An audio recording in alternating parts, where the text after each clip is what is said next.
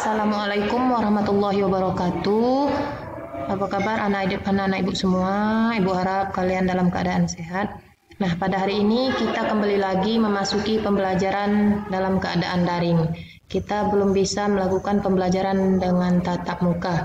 Nah, hari ini kita kembali pada mata pelajaran SKI. Kita masuk materi yang pertama pada semester 2 ini.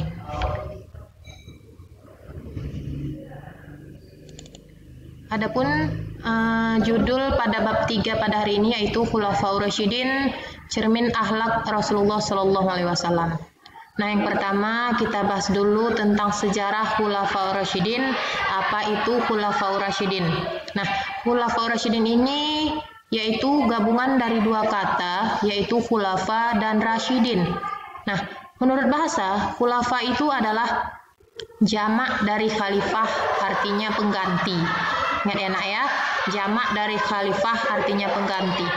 Sedangkan ar-rasyidin adalah jamak dari ar-rasyid yang artinya orang yang mendapat petunjuk. Nah, jadi kalau kita gabungkan apa artinya, yaitu maka khulafaur rasyidin adalah para pengganti yang mendapat petunjuk. Nah, di sini istilah khulafaur rasyidin diberikan kepada para sahabat yang terpilih menjadi pengganti Rasulullah Shallallahu Alaihi Wasallam setelah wafat dan bukan sebagai nabi atau rasul. Nah, khulafaur rasyidin terdiri dari 4 khalifah. Siapa-siapa saja itu? Yaitu Abu Bakar As-Siddiq, Umar bin Affan, dan Ali bin Abi Thalib.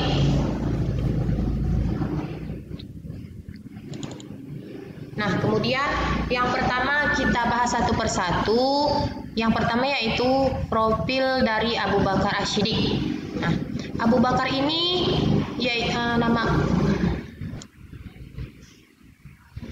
Nama Abu Bakar yaitu gelar yang diberikan setelah masuk Islam.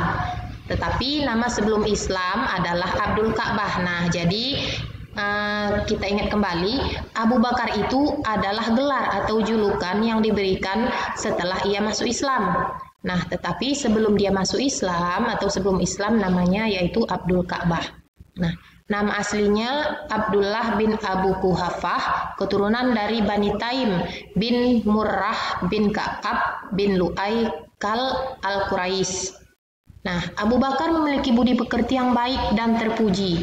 Di kalangan bangsawan Quraisy, beliau dikenal sebagai sosok yang ulet dan jujur. Beliau merupakan pedagang yang kaya raya.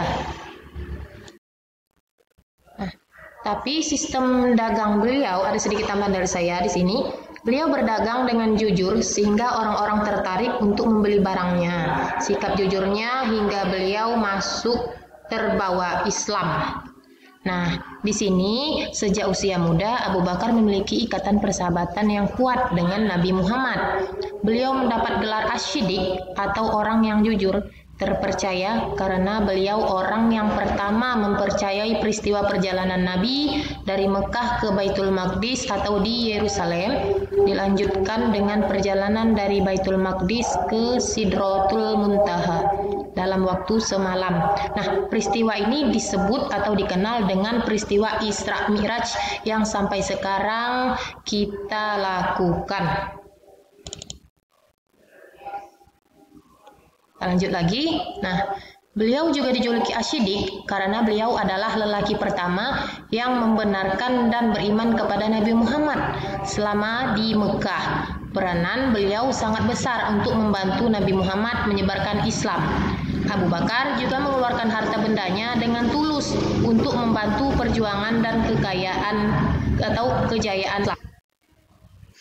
Beliau rela mengorbankan harta dan jiwanya untuk kepentingan penyebaran Islam dan membela umat Islam. Nah, di sini dalam salah satu riwayat Abu Bakar memiliki kekayaan sebesar 40.000 dirham.